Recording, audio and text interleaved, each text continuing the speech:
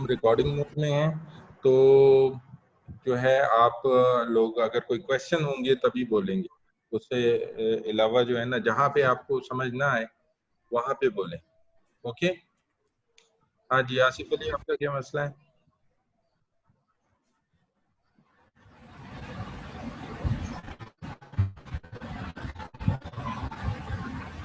So today's lecture will be about the iterative methods.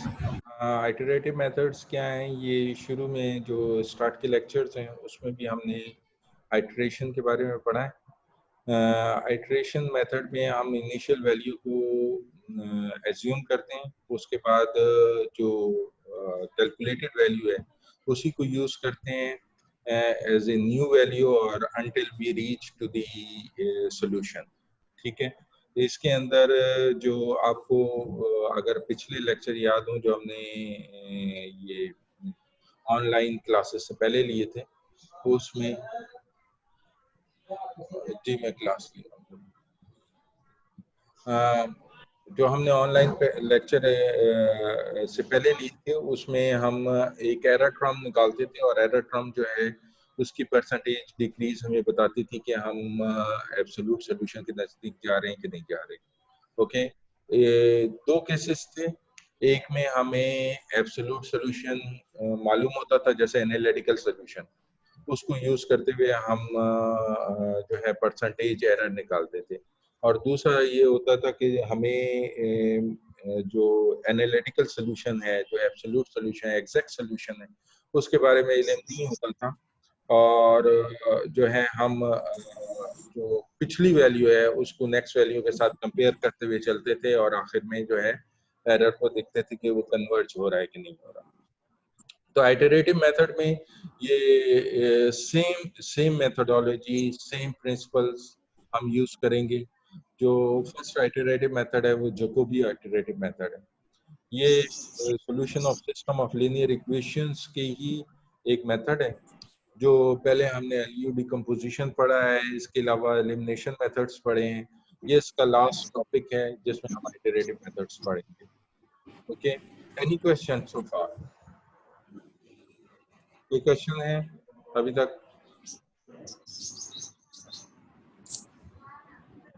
Okay, so iterative method में ये जो आपको सामने स्लाइड नजर आ रही है a x is equal to b, ये एक कॉमन फॉर्म है जो मैट्रिसेस की फॉर्म है जिसमें सॉल्यूशन ऑफ मैट्रिसेस के लिए देते हैं, लेकिन इसमें एक डिटर्मिनेंट डी भी डाला गया है। डी डिटर्मिनेंट जो है ये डायगोनल मैट्रिक्स है जिसमें A11, A22, A33 इसकी कुछ वैल्यूज होंगी, लेकिन इसके अलावा जितने भी एलिमेंट्स होंगे इसके अलावा अपने माइक्रोफोन म्यूट कर लीजिए, क्योंकि फिर आवाज जो है ना दोबारा गूंज पैदा होगी उसकी। ओके, सो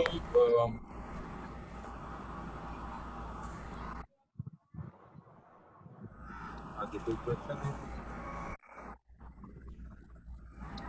कोई कंफ्यूजन है अभी तक?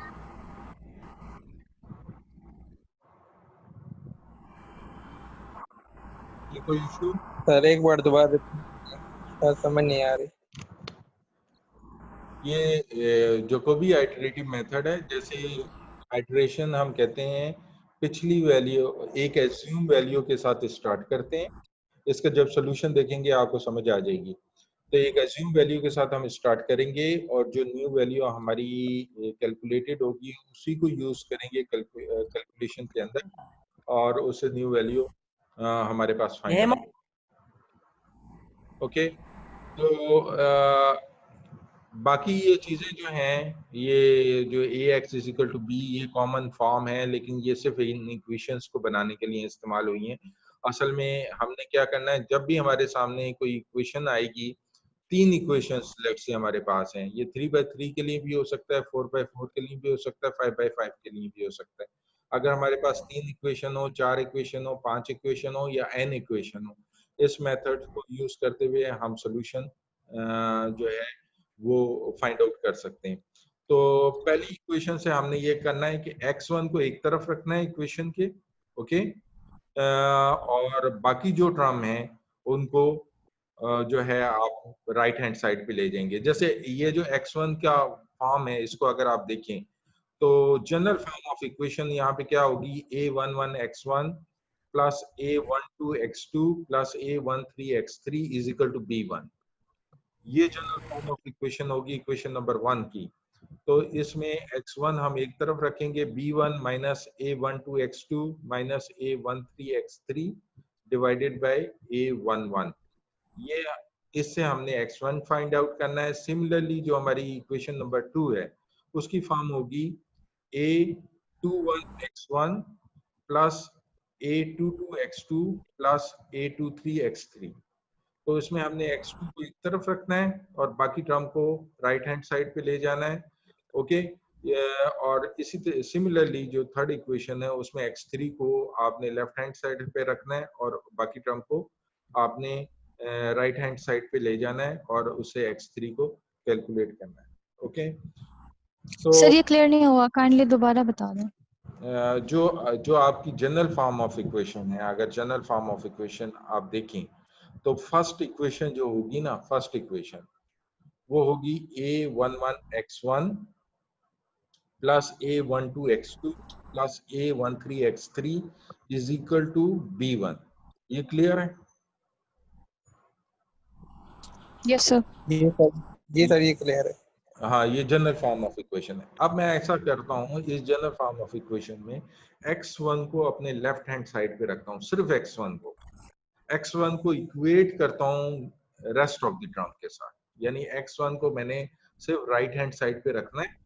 ओके, और बाकी टर्म को उसके साथ इक्वेट करना है। तो अगर बाकी टर्म को मैं लेफ्ट हैंड साइड पे ले जाऊं तो ये हो जाएगा b1 minus a12x2 minus a13x3 divided by a11। इसकी समझ आइए?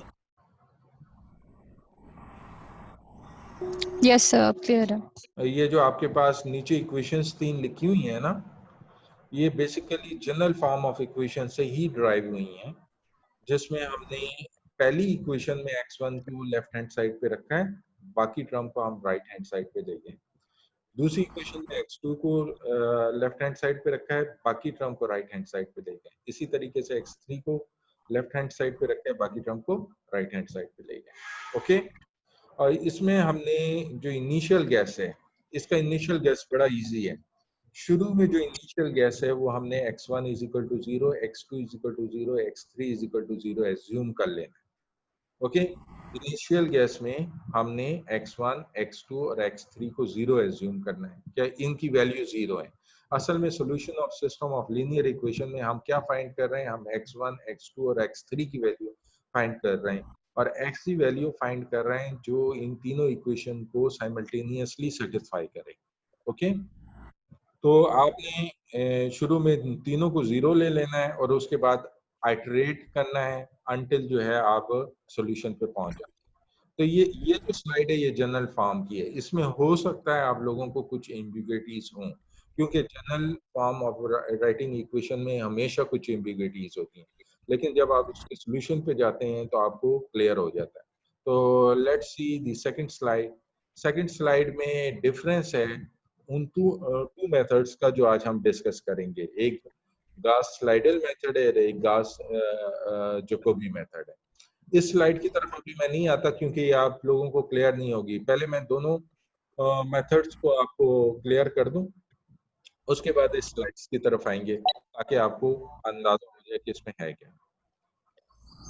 ओके, ये वही है कि जैकोबी आइटरेशन में आपने, ये एक आइटरेटिव मेथड है। जैकोबी आइटरेशन में आपने क्या करना है कि जो है x1, x2 और x3 को शुरू में 0 एज्यूम करना है।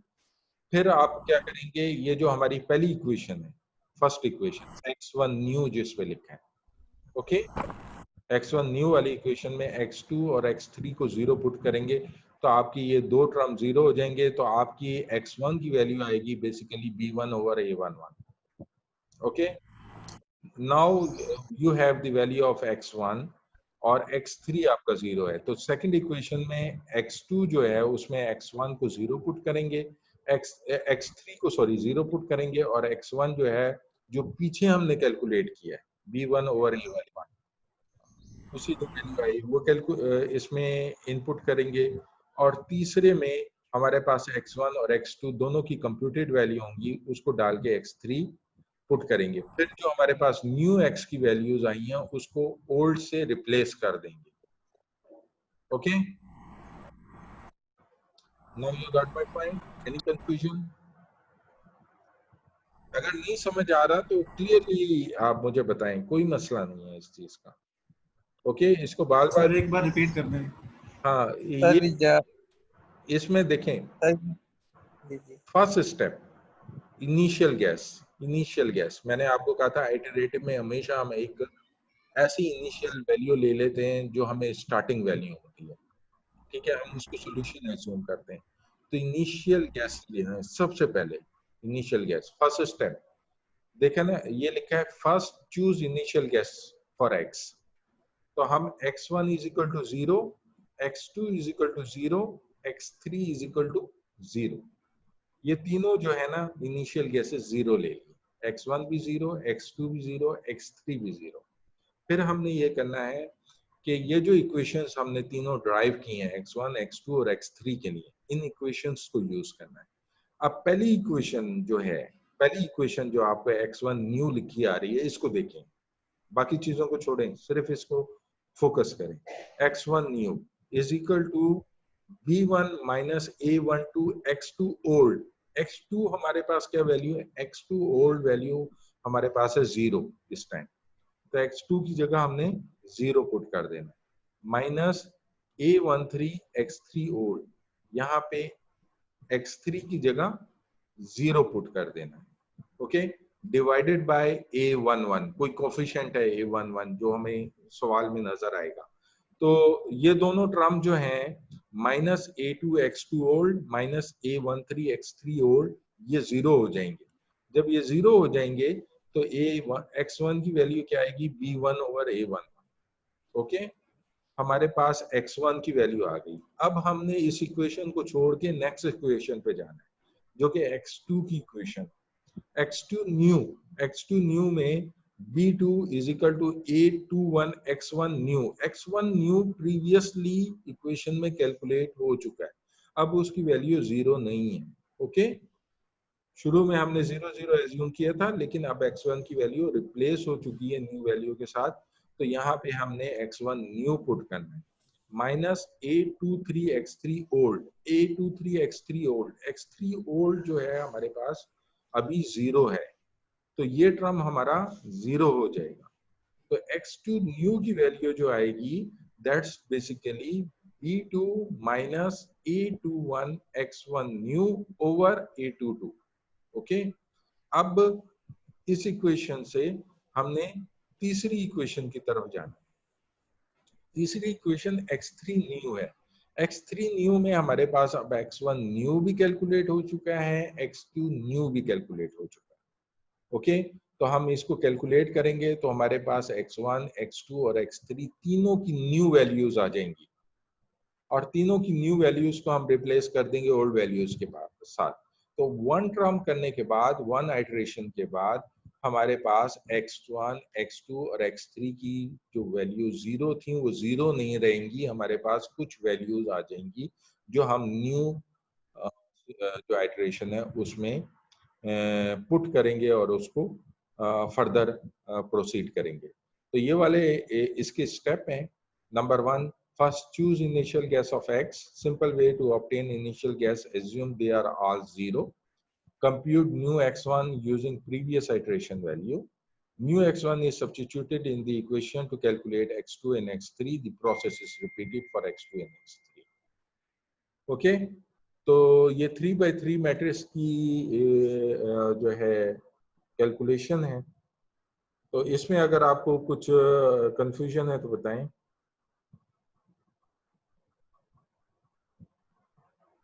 हाँ जी, नेक्स्ट स्लाइड पे चलें। Yes sir. ओके, कुछ न्यू स्टूडेंट आ गए, इन सबको ऐड कर लें, इसके बाद नेक्स्ट स्लाइड पे चलते हैं। Okay, so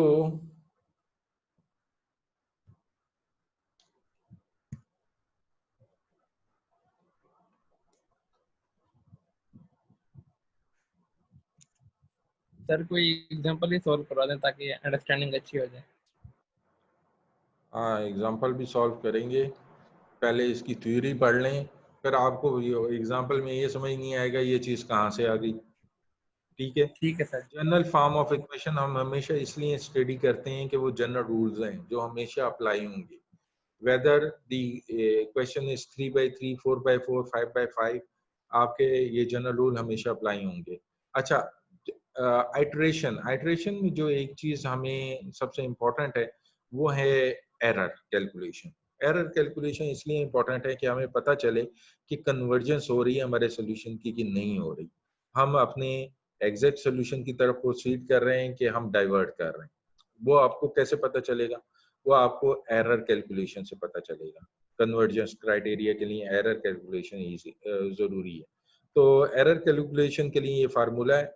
all of you I think understand this formula. ये फार्मूला सेम है जो हम पीछे यूज कर चुके हैं एरर के चैप्टर में। ओके, तो इसमें कोई नई चीज नहीं है। जब हम इसको कैलकुलेट करेंगे you will understand it more. इसके बाद अंडरस्टैंड ये जो आइटरेटिव मेथड है, गास लाइडेल मेथड, ये कन्वर्ज भी होता है और कन्वर्ज समटाइम नहीं होता और कन्वर्जेंस स्लो है इसकी, गास लाइडेल मेथड की। और अगर आपका मैट्रिक्स है डायगोनली डोमिनेंट मैट्रिक्स तो ये हमेशा कन्वर्ज होगा। ठीक है, तो बहरहाल ये टर्म अभी हमने पढ़े नहीं है इसलिए मैं इस पर फोकस नहीं करता। Let's see an example. ठीक है, अब ये एग्जांपल है जो गास लाइडेल मेथड की है, जो पीछे हमने डिस्कस की है। इसमें वही वाली इक्वेशंस हैं, ये जो इक्वेशंस यहाँ पे नजर आ रही हैं। ओके, ये वही इक्वेशन है जो पीछे हमने पढ़ी है। इसको यहाँ इसलिए लिखा गया है ताकि आप लोगों के सामने रहे कि इनको कैसे यूज करना है। प्रॉब्लम स्टेटमेंट है, एक गास लाइडेल इक्वेशंस हैं, 3 इक्वेशंस हैं, इनको हल करना है। इनके लिए फर्स्ट हमने टर्म में क्या किया है कि x1 की इक्वेशन बनाई है। x1 की इक्वेशन आप फर्स्ट इक्वेशन से बनाएंगे। आप देखें x1 में 7.85, ये -0.1 x2 है, दूसरी तरफ जाके प्लस हो जाएगा, ये 0.2 x3 डिवाइडेड बाई 3, ये पहली इक्वेशन से बनी है। Okay, clear? हाँ जी, yes sir. Yes sir. Yes sir, clear. Okay, 1 minute. तो इसी तरीके से x1, x2 और x3 की इक्वेशंस हमने बना ली। ओके, नेक्स्ट स्टेप पे चलते हैं। नेक्स्ट स्टेप में फर्स्ट स्टेप है इसका इनिशियल गैस। इनिशियल गैस लेना है, x1, x2 और x3 की कुछ वैल्यू एज्यूम करनी है। इनिशियल गैस में हमेशा 0 एज्यूम करते हैं।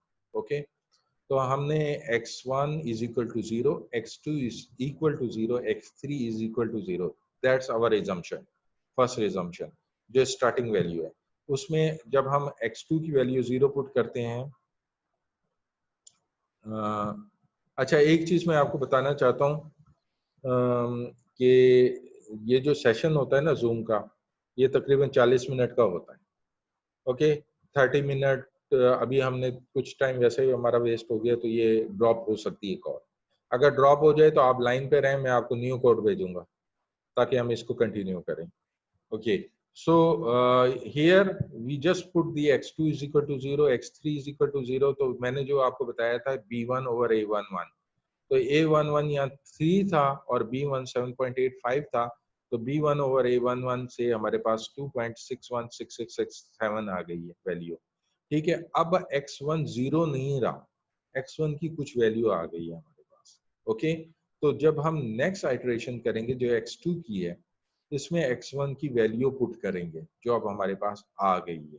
ओके, तो इस इक्वेशन में -19.3 -0.1, अब ये देखें x1 की वैल्यू यहाँ पे पुट कर दी गई है। ओके, और x3 जो है वो 0 ही एज्यूम है, अभी तक उसकी न्यू वैल्यू हमने कैलकुलेट नहीं की, इस वजह से वो टर्म 0 है। उसके बाद डिवाइडेड बाय 7 करके आप जब इसको कैलकुलेट करेंगे you will get new value of x2, right.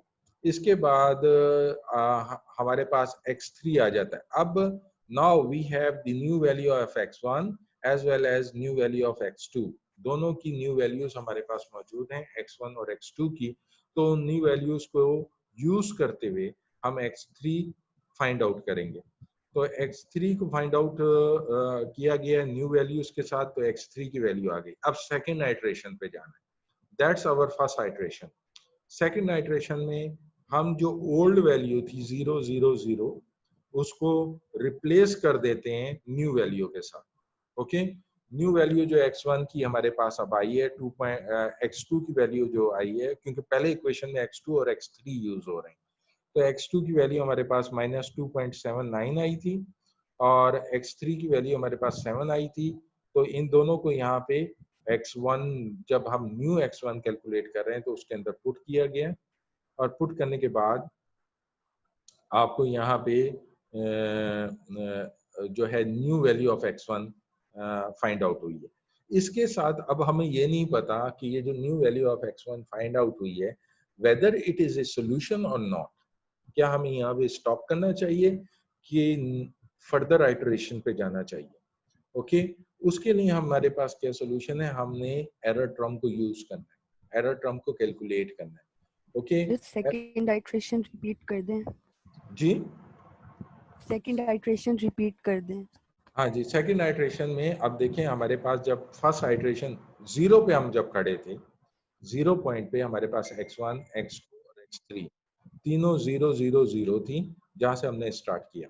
Okay, उसके बाद x1 की वैल्यू हमने कैलकुलेट की फर्स्ट आइट्रेशन पे 0 0 पुट करके, x1 की वैल्यू हमारे पास आ गई 2.61। अब ये जो x1 की 0 वैल्यू थी इसको रिप्लेस किया जो 2.611 के साथ। ओके, इसी तरीके से x2 की वैल्यू हमारे पास एक आ गई, x3 की वैल्यू आ गई। अब ये जो 0 0 जैसे हमने स्टार्ट किया था ऑल 0 के साथ, वो रिप्लेस हो जाएंगी x1 x2 और x3 की न्यू वैल्यूज के साथ। ओके, अच्छा मैंने अभी देखा किसी ने हाईलाइट किया, तो कहीं कोई चीज समझ नहीं आ रही तो उसको हाईलाइट करके पूछ सकते हैं। ओके, अच्छा तो अब x1 after first iteration we have x1 equal to -2.794. okay, x2 is x1 is equal to 2.61 6667, ये सिग्निफिकेंट डिजिट लगाएं ताकि एरर कम हो जाए। उसके बाद x2 -2.794524, ओके, x3 7.005610, ये न्यू वैल्यूज आ गई, x1 x2 और x3 की न्यू वैल्यूज आ गई। अब नेक्स्ट जब हमने उसको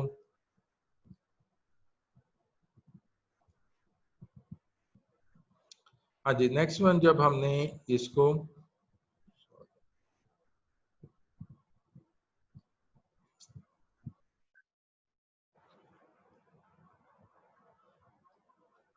नेक्स्ट वन जब हमने इसको कैलकुलेट करना है सेकंड आइटरेशन में, तो x1 x2 और x3 की न्यू वैल्यूज को हमने फाइंड आउट करना है यूजिंग बैक वैल्यू, जो आपने बैक फर्स्ट सिमुलेशन में वैल्यूज कैलकुलेट की।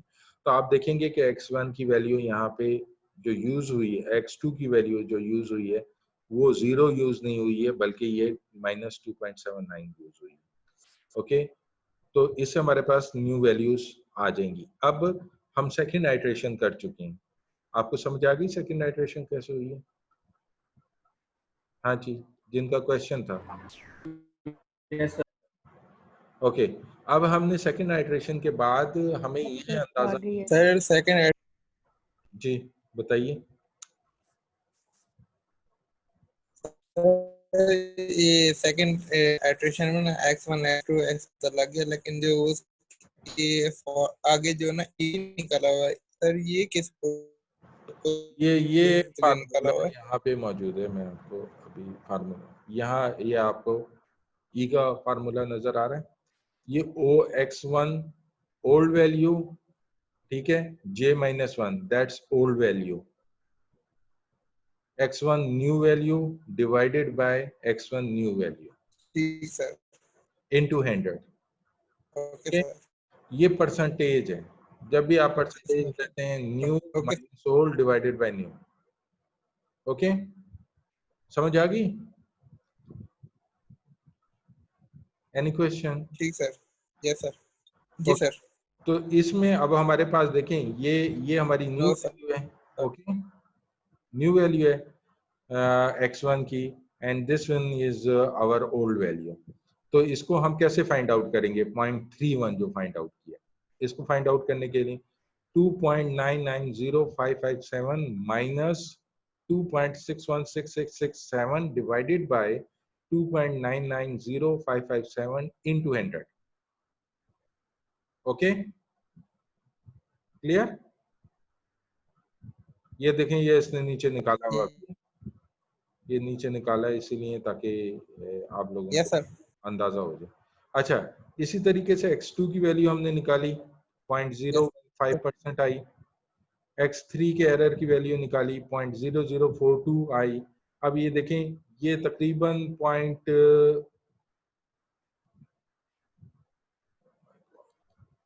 अच्छा, यहाँ पे ये टोटल जो है, अब आप देखें कि ये 0.31 सबसे बड़ा एरर हम कह सकते हैं, यानी x1 की वैल्यू में अभी एरर है। ओके, x1 की वैल्यू में एरर है, लेकिन x2 और x3 कन्वर्ज हो चुके हैं, इंप्रूव हो गए, राइट? x1, x2 और x3 इंप्रूव हो गए।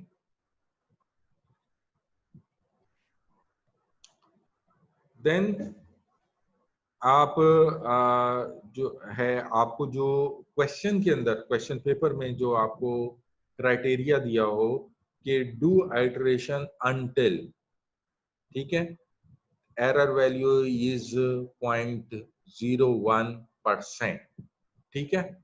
अगर मैं आपको कहूं पेपर के अंदर do iteration until error is equal to 0.01%, तो आपने एक आइटरेशन और करनी है, क्योंकि अभी बड़ा एरर जो है 0.31%। ओके, लेकिन अगर मैं आपको कहता हूं do iteration until error is 0.5%, then you will stop here. आपने सिर्फ यहाँ पे स्टॉप कर जाना है, क्योंकि आपकी अप्रोक्सीमेट वैल्यू का एरर जो है वो 0.31% है, जो 0.5% से लोअर है, इसलिए आपकी ये कंडीशन फुलफिल हो जाती है। अच्छा, ये जो है एडिशनल आइटरेशन आप अप्लाई कर सकते हैं अगर आप चाहते हैं कि आपकी आइटरेशंस जो है इम्प्रूव हो जाएं, आपके सोल्यूशन इम्प्रूव हो जाएं। लेकिन एज आई स्टेटेड, ये डिपेंड करता है क्वेश्चन के अंदर आपको क्या दिया हुआ है। अगर क्वेश्चन के अंदर आपको 0.5% मांगी है तो आप यहाँ पे स्टॉप करेंगे, अगर 0.5% से कम पे मांगी है then you will do another iteration. Clear? ये चीज क्लियर हो गई? ये slide answer me? Yes sir. Yes sir. Okay, so yes sir. अब इसका एक मैंने कैलकुलेशन आसान करने के लिए जो है इसकी जोकोबी मेथड की कैलकुलेशन को आसान करने के लिए एक टेबल बनाया है जो आपको हेल्प दे सकता है। ओके, तो इसमें सबसे पहले इक्वेशंस हैं 3, उनको x1, x2 और x3 की टर्म में रिड्यूस किया गया, राइट? x1, x2 और x3 की टर्म में रिड्यूस करने के बाद हम इस टेबल के ऊपर आ जाते हैं। इस टेबल में initial guess x1 is equal to 0, x2 is equal to 0, x3 is equal to 0। Okay, उसके बाद हमने यहाँ पे x2 और x3 को 0 पुट किया, राइट? और हमने यहाँ पे x1 निकाला। उसके बाद सेम चीज x2 से x3, ये फर्स्ट आइटरेशन हमारी हो गई, एरर टर्म निकाला। यहाँ पे आप कहेंगे कि 3 एरर आएंगे, तो यहाँ पे एक एरर क्यों लिखा हुआ है? ये क्वेश्चन आएगा सबसे पहले कि x1 का भी एरर आएगा, x2 का भी एरर आएगा, x3 का भी एरर आएगा, तो यहाँ पे एक एरर लिखा है, ये लार्जेस्ट एरर है। यानी हम देखेंगे तीनों का एरर कैलकुलेट होगा, लेकिन हम ये देखेंगे कि किसका एरर बड़ा है। जो सी लार्जेस्ट वैल्यू होगी वो एरर यहाँ लिखेंगे, क्योंकि बाकी दो ऑलरेडी कन्वर्ज हो चुकी हैं। इम्प्रूव हो चुके हैं, हमें उसके बारे में वरी करने की जरूरत नहीं है, इसलिए उसको हम डिस्कार्ड कर देते हैं। हम सिर्फ उस एरर को देखते हैं जो सबसे मैक्सिमम और बड़ा है। उसके बाद इन्हीं वैल्यूज को यूज करते हुए अभी हमारे पास x1, x2 और x3 की न्यू वैल्यू आ गई। इन इक्वेशंस में इन न्यू वैल्यूज को पुट करना है और x1, x2 और x3 की अपडेटेड वैल्यूज फाइंड करनी है, फिर एरर कैलकुलेट करना है अंटिल ये देखें एरर 0.025 पे पहुंच गया। 0.025 पे पहुंचने का मतलब है x1, x2 और x3 तीनों कन्वर्ज हो चुके हैं, तीनों की वैल्यू जो है अपने एग्जैक्ट सोल्यूशन के नजदीक पहुंच चुकी है। अगर आप फर्दर इसको वेरीफाई करना चाहें कि whether your answer is correct और नो, तो आपने क्या करना है, यहाँ से x1 को उठाना है, किसी भी एक इक्वेशन को उठा लें, उसमें x1, x2 और x3 की वैल्यू पुट करें और देखें कि क्या left hand side right hand side के बराबर आती है कि नहीं। अगर लेफ्ट हैंड साइड इक्वल आती है राइट हैंड साइड के, देन जो सोल्यूशन है आपका कन्वर्ज हो चुका है, जो वैल्यू आपको फाइंड आउट हुई है वो एग्जैक्ट वैल्यू है। ओके, थोड़ा सा फर्क आ सकता है, जैसे ये 6 लिखा है वो 5.999 आ सकता है। जो फर्स्ट इक्वेशन में हम देखें तो जो हमारी राइट हैंड साइड है ये 6 है, जब हम x1, x2 और x3 की वैल्यू डालेंगे तो इट्स पॉसिबल कि ये 5.98 आ जाए, 5.97 आ जाए। ओके, 6 exactly ना आए, but it's okay because in numerical method we find out approximate solutions, not the exact solutions. ठीक है, इसलिए इसमें अगर थोड़ा सा डिफरेंस आता है you need not to worry, लेकिन अगर यहाँ 6 आ जाता है और यहाँ 3 आ जाता है then you need to worry, इसमें कुछ ना कुछ मसला है। ओके, नेक्स्ट शीट जो मैंने बनाई है वो गास स्लाइडन मेथड की बनाई है। अच्छा, गास स्लाइडन मेथड गास जैकोबी मेथड से थोड़ा सा डिफरेंट है, इसमें थोड़ा सा फर्क है, लेकिन जो चीज़ जो मैं प्रेफर करता हूँ वो गास जॉर्डन मेथड को करता हूँ। आइटरेटिव मेथड में गास स्लाइडन मेथड को प्रेफर नहीं किया जाता। उसकी रीज़न ये है कि यहाँ पे आप देखें इसके 7 स्टेप्स हुए हैं, 7 स्टेप्स हुए हैं, then you get the convert solution. लेकिन आप जब सॉरी यहाँ पे देखते हैं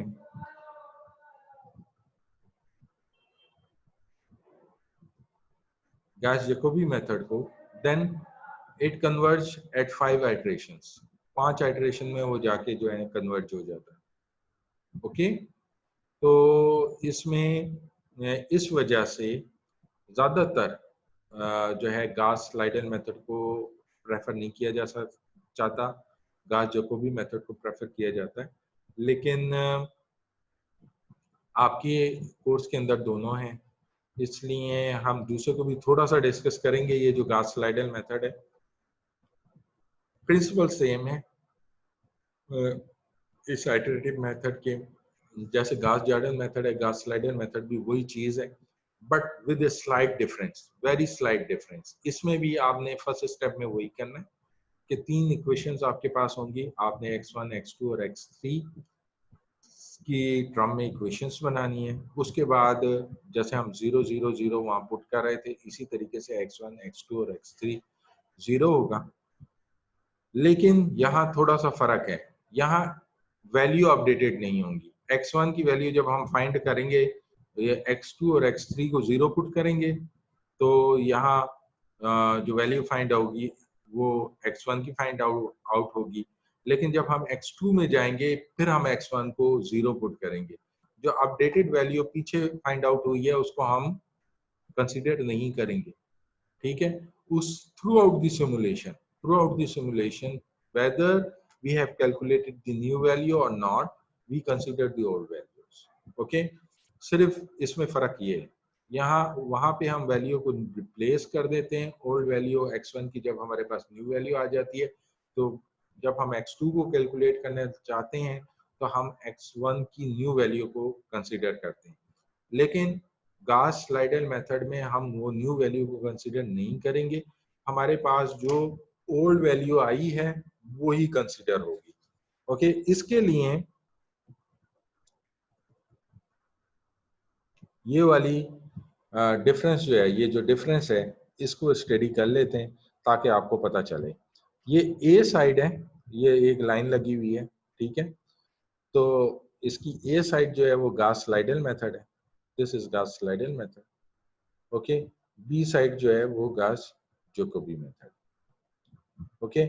इसमें फर्क देखें, ये थोड़ा सा वो हो गया, एक मिनट में इसकी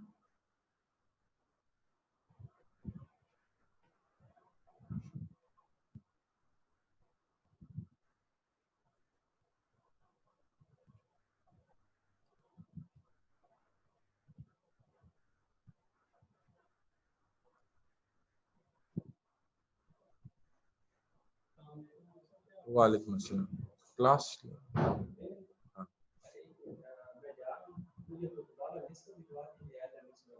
LMS की, हाँ PhD MSc की डिफरेंट, ठीक है मैं भिजवा देता हूँ, ठीक है। जो एनरोल स्टूडेंट है PhD MSc, ठीक ठीक।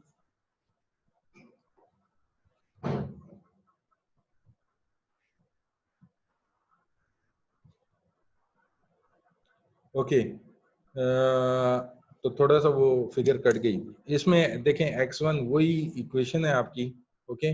क्या करते हैं यहाँ पे x1 कैलकुलेट करते हैं, न्यू वैल्यू ऑफ x1 को यहाँ पे यूज करते हैं, फिर x3 की वैल्यू वही रहती है, फिर यहाँ पे x2 को अपडेट करते हैं, x2 की न्यू वैल्यू यहाँ आती है और x1 की भी न्यू वैल्यू यहाँ आती है। बेसिकली यहाँ भी एरो है, लेकिन इन्होंने एरो नहीं डाला, तो ये आपके पास x3 की जब वैल्यू आती है तो x2 की न्यू वैल्यू यहाँ से आ गई, ओके, और x3 की वैल्यू यहाँ से आ गई, तो अपडेटेड वैल्यू आपने कैलकुलेट करनी है, और उसके साथ सेकंड आइटरेशन में x1 की वैल्यू अपडेट की, यहाँ पे आ गई, x2 की वैल्यू अपडेट की, यहाँ पे आ गई। तो इस तरह चलना है। लेकिन जो दूसरा मेथड है उसमें हम क्या करते हैं, x1, x2 और x3 यहाँ पे देखें रिप्लेस नहीं हो रही वैल्यू, जो x1, x2 और x3 की वैल्यू है वही यूज करके आपने न्यू आइटरेशन कैलकुलेट कर लेनी।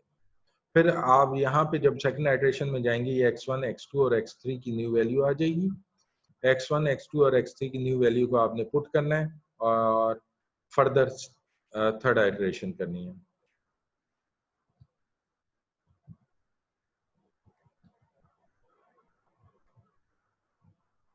So any question?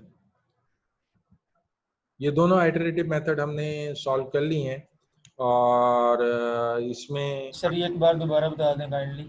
कौन जी इनका मेन डिफरेंस बता दें, समझ नहीं आई। ये गास स्लाइडर और गास जैकोबी दोनों का यस सर। जी सर। जी जी सर। सर मेन डिफरेंस बता दें। देखें, जो पहले हमने अभी मेथड डिस्कस किया उसमें हमने एक्स इनिशियल एस्टिमेट क्या लिया, चलें ये बताएं। इनिशियल दिया था, फिर Zero. x1 की वैल्यू x1, x2 और x3 की क्या वैल्यू थी? 0. 0, बिल्कुल शाबाश, सही है, ठीक है। फिर हमने क्या किया था, हमने जो x1 की इक्वेशन बनाई थी उसमें x2 और x3 को पुट किया, x2 और x3 की क्या वैल्यू पुट की थी? 0. दोनों 0 पुट की, ठीक है। तो x1 हमारे पास फाइंड आउट हो गया। अब x2 जब हम कैलकुलेट कर रहे हैं तो फिर हमने उसमें x2 में x1 in term of x1 है वो इक्वेशन, तो x1 की क्या वैल्यू पुट की? तो वैल्यू पर अपडेट फाइंड हुई है पीछे। जो पीछे फाइंड की, शाबाश, बिल्कुल सही। तो जो बैग में फाइंड की वही वैल्यू पुट की। अच्छा, आप फर्ज करें मैं कहता हूं कि मैं वो बैक वाली वैल्यू यूज नहीं करता, मैं 0 ही पुट करता, ठीक है। ये है वो फर्क, उसमें न्यू वैल्यू यूज नहीं होगी, उसमें जो फर्स्ट एजम्पशन आपने ले ली थ्रू आउट x1, x2 और x3 में वही यूज होगी, ठीक है। यानी हम जब x2 को कैलकुलेट करेंगे तो x जो हमने न्यू वैल्यू कैलकुलेट की थी x1 की वो पुट कर रहे थे ना, यहाँ नहीं पुट करेंगे, यहाँ जो बैक एजम्पशन इनिशियल एजम्पशन है वही लेके चलो। Yes sir. ओके, तो यही डिफरेंस है। ठीक है सर। यहाँ पे आप एरोज देख रहे हैं इस तरह के, अब पता नहीं यहाँ पे कोई हाइलाइटर हो तो मैं आपको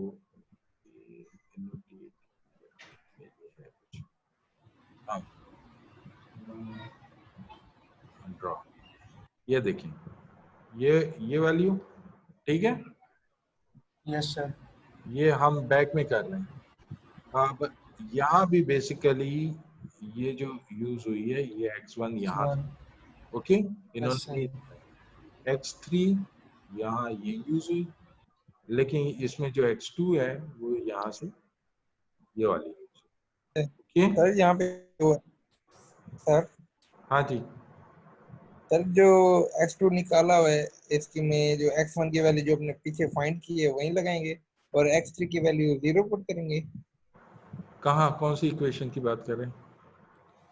ये वाली क्वेश्चन सर, इधर ये जो सर हाईलाइट आप हाईलाइट कर रहा हूँ तो आप हाईलाइट करें कौन सी सर, इक्वेशन? ये इधर सर x3 की वैल्यू पुट करेंगे जीरो, नीचे वाली में। जीरो पुट करेंगे यहाँ पे, क्योंकि अभी x3 की न्यू वैल्यू कैलकुलेट नहीं हुई है। जब तक x3 की न्यू वैल्यू कैलकुलेट नहीं होती जीरो ही एज्यूम होगा, ठीक है सर, थैंक यू। ठीक है। लेकिन जब हम इस मेथड पे आते हैं तो ये देखें, आपको ये एरोज नजर नहीं आ रहे, x1 x2 और x3 की वैल्यूज हमारे पास मौजूद हैं। अब यहाँ पे मैंने x2 जीरो पुट करना है, x3 जीरो पुट करना है, x1 निकालना है। लेकिन जब यहाँ पे आऊंगा ना तो फिर मैंने x1 जीरो पुट करना है, इसको मैंने कंसिडर नहीं करना जो न्यू वैल्यू निकली है। यहाँ भी x3 मैंने जीरो पुट करना है, ठीक है, फिर x2 की वैल्यू निकाल, यस सर। फिर यहाँ पे मैंने x1 जीरो पुट करना है, x2 जीरो पुट करना है। इसके बाद मेरे पास x1 x2 और x3 की न्यू वैल्यूज आ जाएंगी जो सेकंड आइटरेशन में ये वैल्यू होंगी, ठीक है। ये वाली वैल्यू देखें यहाँ पे आ जाएंगी, ये वैल्यू आ जाएगी। यहाँ पे x2 जो है वो बेसिकली ये वाला यूज होगा और x3 जो है बेसिकली ये वाला यूज होगा, ठीक है। और फिर ठीक है सर। x3 जो है यहाँ बेशक x1 अपडेटेड कैलकुलेट हो गया है, लेकिन यहाँ पे भी x1 वही यूज होगा और यहाँ पे भी x1 वही यूज होगा, ये वाला x1 हम यूज नहीं करेंगे, ओके, समझ आ गई? Yes yes sir. अच्छा, इस यस सर। कुछ जो है ना सॉल्यूशंस आपको मेल कर दूंगा, ठीक है। इसके कुछ जो है मेरे पास जोकोबी के भी और स्लाइडल के भी सॉल्यूशंस मेरे पास मौजूद हैं। वो दोनों सॉल्यूशंस जो हैं मैं आप लोगों को स्नैपशॉट लेके मेल कर दूंगा, तो फर्दर जो है ना ओके आप उसको भी देख लें। रूल्स सेम है, मेथड सेम है, वही चीजें अप्लाई होंगी और वही चीजें जो हैं आगे चलेंगी। Any question? हाँ जी, किसी को समझ में आया हो तो बताएं, शाबाश। समझ आ गई है? यस सर आ गया। Okay, yes sir. so that was all for the iterative method, ठीक है।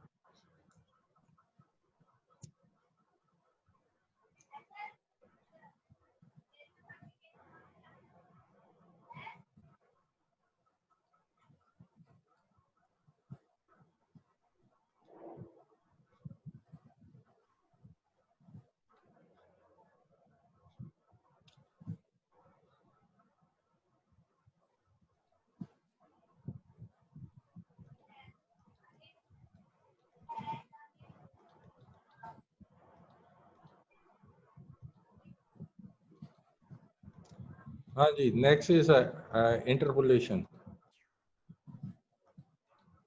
इंटरपोलेशन को थोड़ा सा आज स्टडी कर लेते हैं, बाकी कल स्टडी करेंगे ताकि इसके बेसिक कॉन्सेप्ट्स हमें समझ आ जाएं। उसके बाद इंटरपोलेशन क्या है? इंटरपोलेशन ये है कि जब हम एक्सपेरिमेंट करते हैं कोई भी, ओके, आप फील्ड में गए, आपने कोई डेटा कलेक्ट किया। अगर मैं मिसाल दूं आप बीइंग एन एग्रीकल्चर इंजीनियर, आपने फील्ड में एक एक्सपेरिमेंट लगाया हुआ है और किसी चीज़ का इफेक्ट देख रहे हैं क्रॉप यील्ड के ऊपर, कोई भी चीज़ हो सकती है।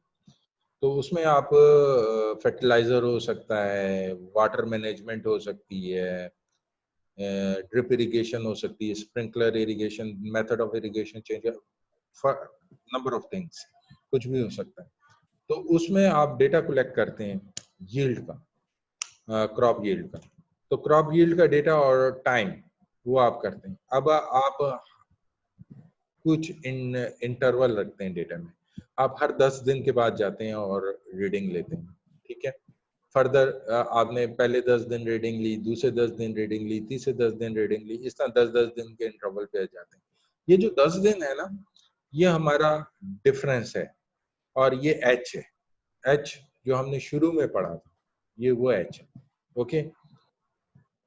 अब मैं कहता हूं कि मुझे 15 दिन के ऊपर जो है ना क्रॉप यील्ड दे, ओके, 15 दिन के ऊपर क्रॉप यील्ड दे दो। तो आपने 10 की रीडिंग ली हुई है, 20 की रीडिंग ली हुई है, लेकिन 15 की रीडिंग नहीं है आपके पास। तो 15 की रीडिंग जब आपके पास नहीं है तो आप क्या करेंगे? आप उन दो रीडिंग्स को लेके इनको इंटरपोलेट करेंगे। अच्छा, पिछली क्लासेस में और अभी तक इंटरपोलेशन का कॉन्सेप्ट जो है हमारे पास, जो हम समझते हैं और हम कहते हैं कि इंटरपोलेशन हम करते हैं, तो हम लीनियर इंटरपोलेशन, ओके। हम दोनों वैल्यू को एज्यूम करते हैं कि एक स्ट्रेट लाइन है, क्योंकि हमारे पास दो पॉइंट्स हैं, और जब हमारे पास दो पॉइंट्स हैं तो हम उन दोनों पॉइंट्स को ज्वाइन कर लेते हैं और कहते हैं ये दोनों एक स्ट्रेट लाइन हो गए।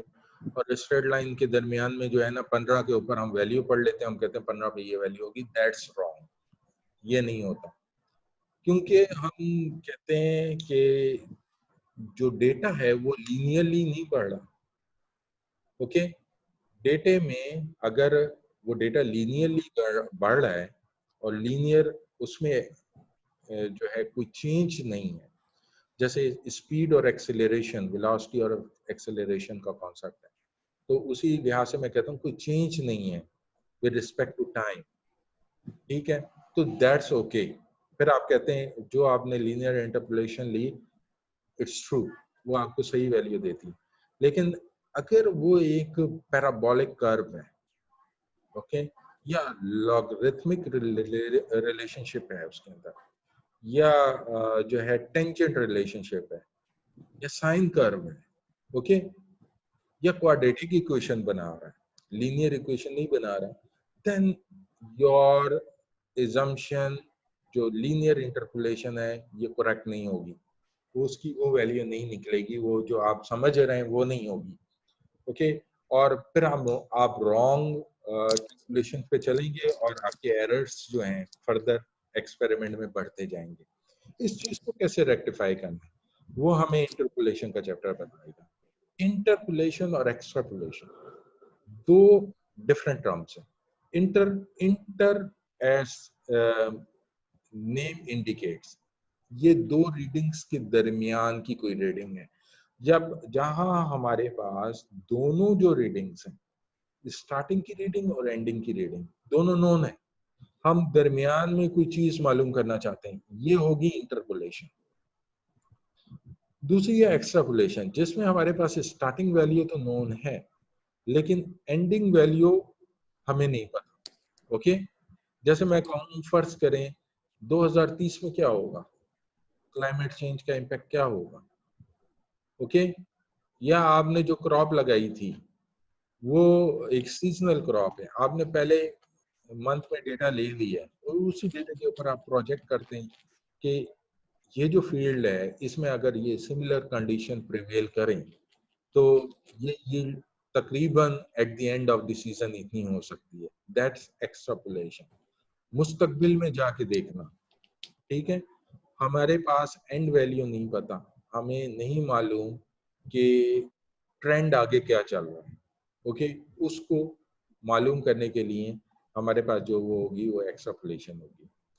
तीसरी चीज जो इस टॉपिक के अंदर हम फोकस करेंगे वो है relationship, curve equations X Y और जी की फॉर्म में, एक्स की whether it's follow a parabolic curve, quadratic equation, cubic equation, कैसी इक्वेशन को ये जो है जो भी डेटा के हमारे पास रीडिंग्स आई हैं वो क्या शो कर रही हैं।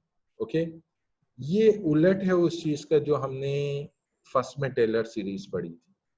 टेलर सीरीज में क्या हमारे पास, हम कहते थे पहला टर्म हमने कंसीडर किया लीनियर रिलेशनशिप, दूसरा टर्म कंसीडर किया क्वाड्रेटिक रिलेशनशिप, तीसरा टर्म कंसीडर किया क्यूबिक रिलेशनशिप, इस तरह fourth term, fifth term, six term, nth term. Okay, इस तो हमें different relationship, different type of curve मिलते थे, और उसको जब हम डेमोस पे ड्रा करते थे तो हमें डिफरेंट शेप ऑफ कर्व मिलते थे।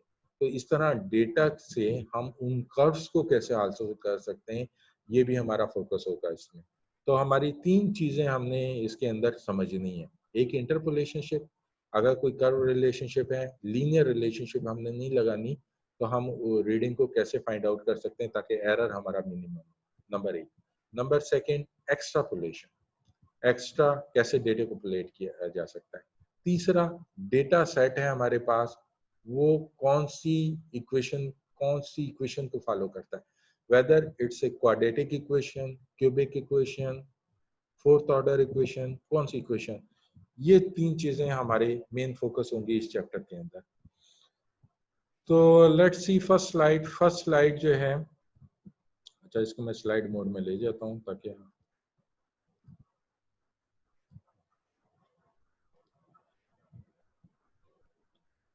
ओके, लीनियर इंटरपोलेशनशिप नहीं, हाँ जी, पॉलिनोमियल इंटरपोलेशन। पॉलिनोमियल आपको पता है, पॉली बहुत से यानी मल्टीपल, और नॉमियल जो है उसके जो भी यानी हो सकते हैं, एक्स स्क्वायर हो सकता है, एक्स क्यूब हो सकता है। पॉलिनोमियल मसलन higher order equations. Okay, interpolation. अगर टू डेटा पॉइंट्स हैं, जैसे ये टू डेटा पॉइंट्स हमारे पास मौजूद हैं, तो इन दोनों को हम ज्वाइन करते हैं तो हमारे पास एक स्ट्रेट लाइन आती है। इसकी इक्वेशन है y is equal to mx plus C. Okay, अगर तीन पॉइंट हैं, इनको हम ज्वाइन करते हैं तो हमारे पास जो इक्वेशन आती है वो क्वाड्रेटिक इक्वेशन रिलेशनशिप आती है। ये क्वाड्रेटिक रिलेशनशिप है। ओके, फोर्थ पॉइंट है 3 डिग्री पॉलिनोमियल आती है। इस तरह n+1 पॉइंट भी आ सकते हैं। ओके, सो ये n पॉलिनोमियल रिलेशनशिप्स आती हैं। अब गिवन हमारे पास n+1 डेटा पॉइंट है, x0 y0, ये हमारा इनिशियल पॉइंट है, पहला पॉइंट। जब भी हम पॉइंट को स्पेसिफाई करते हैं उसमें एक्स वाई स्पेसिफाई करते हैं, तो ये एक्स वाई जो आपको नजर आ रहे हैं ना, बेसिकली ये पॉइंट्स के कोऑर्डिनेट्स हैं, एक्स और वाई, जो 2D ग्राफ के ऊपर हम ड्रा करते हैं। x0 y0 हमारा ये पहला पॉइंट है, x1 y1 दूसरा पॉइंट है, x2 y2 तीसरा पॉइंट है, इस तरह सो ऑन xn yn। उसके अंदर अगर 10 पॉइंट हैं तो x10 y10। ओके, तो ये हमारे पास मौजूद है, और हमने फाइंड करना है a0 a1 an। ये हमने फाइंड आउट करना है ताकि हमारे पास एक रिलेशनशिप इस तरह की बन जाए और ये एक फंक्शन बन जाए। बेसिकली हमने ये फंक्शन फाइंड आउट करना है, this is the function. Okay, यहाँ पे अगर हम देखें, ये जो है, ये जैसे मैं कह रहा था आपसे कि डेटा पॉइंट्स लेके उसे इक्वेशन बनानी है, और इक्वेशन हमें बताएगी कि ये स्ट्रेट लाइन इक्वेशन है, क्वाड्रेटिक इक्वेशन है, क्यूबिक इक्वेशन है, कौन सी इक्वेशन है। ओके, तो ये जनरल फॉर्म ऑफ इक्वेशन है, ये हम पहले भी पढ़ चुके हैं। दैट्स एक्चुअली जब हम हायर ऑर्डर इक्वेशन को सॉल्व कर रहे थे तो जनरल फॉर्म ऑफ इक्वेशन में मैंने इस तरह की इक्वेशन लिखी थी, अगर आपको याद हो। ठीक है, तो उसके लिए हमारे पास क्या मेथड मौजूद है। पहला,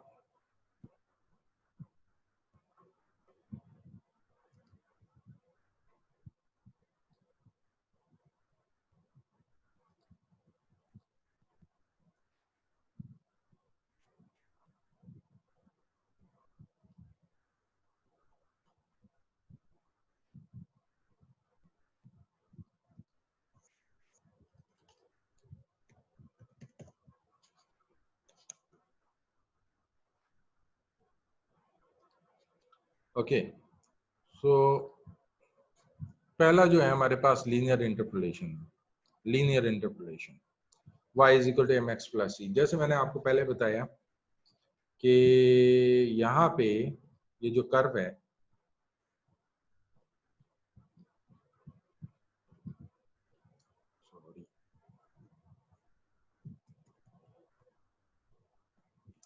हाँ जी, यहाँ जो ये कर्व है ये 2 पॉइंट है, ठीक है।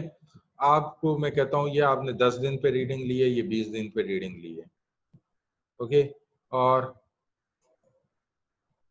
आपको मैं कहता हूँ 15 दिन की रीडिंग दें। आप दोनों को लीनियरली इंटरपोलेट करते हैं और लीनियरली इंटरपोलेट करके मुझसे ये वैल्यू f1x जो है ये मुझे बता देते हैं। असल में ये वैल्यू नहीं है, असल वैल्यू जो है वो यहाँ कहीं है, जहाँ कर्व का एपेक्स है, यानी कि जहाँ पे ये स्लोप चेंज कर रहा है, ओके। वो जो वैल्यू है वो इसकी एग्जैक्ट वैल्यू है, जो x की वैल्यू है। तो जब हम लीनियरली इंटरपोलेट करते हैं, अगर वो क्वाड्रेटिक रिलेशनशिप में है, डेटा क्वाड्रेटिक फॉर्म में है और लीनियर इंटरपोलेशन हम उसकी करते हैं, तो हमें वो एरर वैल्यू देता है। अच्छा, ये एरर वैल्यू बहुत ज़्यादा भी हो सकती है, बहुत कम भी हो सकती है। बहुत ज़्यादा किस केस में होगी? उस केस में होगी जब मैं आपसे कहता हूँ कि आप 10 और 20 आपके पास वैल्यू है और आप मुझे जो है 15वें दिन की वैल्यू दे दें। इसमें आप लीनियर रिलेशनशिप लगाते हैं और लीनियर इंटरपोलेशन से आप जो वैल्यू फाइंड आउट करते हैं वो एरर देती है। लेकिन दूसरा केस ये है कि आप हर दूसरे दिन पे वैल्यू ले रहे हैं। आपने 10 दिन पे ली, 12 दिन पे ली, 14 दिन पे ली, 16 दिन पे ली, ओके। और इसमें मैं आपको कहता हूँ कि आप मुझे 15वें दिन की वैल्यू दे दें, तो आप 15, 14 और 16 वैल्यू को यूज करते हुए 15वें दिन की वैल्यू निकालते हैं। ये जो वैल्यू है इसमें एरर कम है।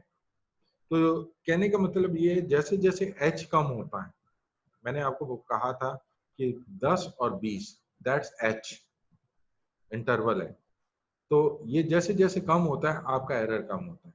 लेकिन ये अगर बहुत लार्जर होगा और आप लीनियर इंटरपोलेशन लगाएंगे तो आपका एरर भी ज्यादा होता चला जाएगा। तो ये इस केस में बेशक अगर एरर आपकी जो वो इंटरवल कम है, लेकिन आप वही 15वें दिन की वैल्यू दे रहे हैं, लेकिन वो आपको डिफरेंट वैल्यू देगी और उसका एरर कम होगा, although it's a quadratic relationship. लेकिन उसमें जो दोनों पॉइंट्स हैं वो एक दूसरे के इतने नजदीक हैं कि एरर नेग्लिजिबल हो जाता है। अच्छा, ये लीनियर इंटरपोलेशन का फार्मूला है। लीनियर इंटरपोलेशन है क्या? दोनों पॉइंट को एक स्ट्रेट लाइन से मिला दो। तो दोनों पॉइंट्स को हमने एक स्ट्रेट लाइन से मिला दिया। फार्मूले को ड्राइव कैसे करना? फार्मूले सर ये क्वेश्चंस एक बार रिपीट कर दें। कौन सी? सर ये जो अभी आपने लीनियर इंटरपोलेशन की बोली हैं ये समझ नहीं आई। नहीं, अभी मैं बोली नहीं है ये। मैं ज़रा इसको आपको ड्राइव करने की कोशिश कर रहा हूँ ताकि आप इसको समझ जाएं। एक तो इक्वेशन पे होता है रट्टा लगाना, अगर उसको हम थोड़ा सा याद कर लेंगे तो भूल जाएंगे, लेकिन अगर इक्वेशन को हम समझ जाते फिर हम भूलते नहीं। तो इसमें हमने क्या किया, हमने इन दोनों पॉइंट्स को मिला दिया, ओके। सर किसी भी दो पॉइंट से हमें कैसे पता चलेगा कि इसके ऊपर लीनियर इंटरपोलेशन लगनी है या नहीं लगनी? हाँ, ये जो क्वेश्चन है ना, ये आपको जो मैंने कैसे पता चलेगा, ये जब हम इस चैप्टर को खत्म करेंगे ना, तो ये जो पहला हमने यहाँ एफ ऑफ एक्स की बात की थी, ये आप फाइंड आउट कर लेंगे। जब आपके पास एफ ऑफ एक्स आ जाएगा ना, देन यू नो कि ये क्वाड्रेटिक रिलेशनशिप में है कि लीनियर में है कि क्यूबिक में है कि लॉगरिथमिक में है, ओके। जब once you find the equation तो फिर आप उससे आप एक्स आराम से निकाल सकते हैं। हाँ जी, कंफ्यूजन क्लियर हुई? जी सर। मिशेल, आपकी कंफ्यूजन क्लियर हुई? जी सर क्लियर है। अच्छा, इसमें दोनों पॉइंट्स को हमने मिला दिया। आल दो ये जो है ये एक फर्ज करते हैं क्वाड्रेटिक रिलेशनशिप है, तो इसमें इन दोनों पॉइंट का फार्मूला कैसे ड्राइव हुआ है, ये जो फार्मूला ऑरेंज कलर में ना, इसको ड्राइव करते हैं। अब इसमें देखें हमारे पास दो पॉइंट है, एक पॉइंट एक्स नॉट पे है जिसमें एफ एक्स नॉट है। एफ एक्स नॉट असल में वाई है, ये वाई नॉट है।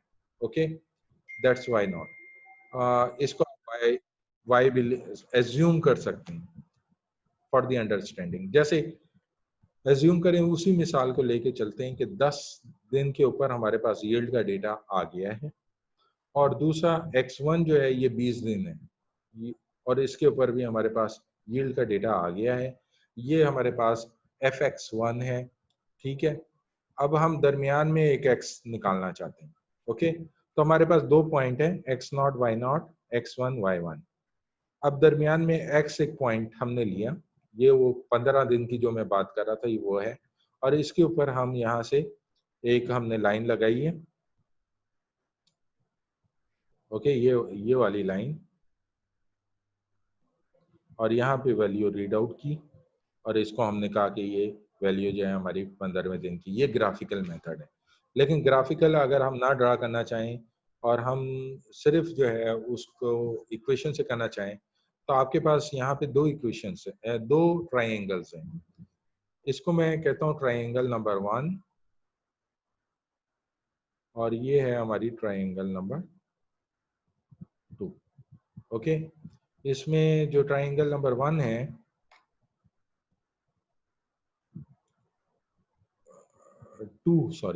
ट्राइंगल नंबर 2 ये है।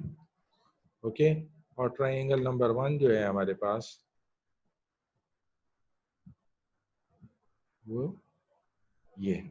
ओके, अच्छा, अब अगर मैं देखूं ये जो लाइन है, ये वाली लाइन, ये कंटिन्यूस है इसलिए इसका स्लोप सेम है।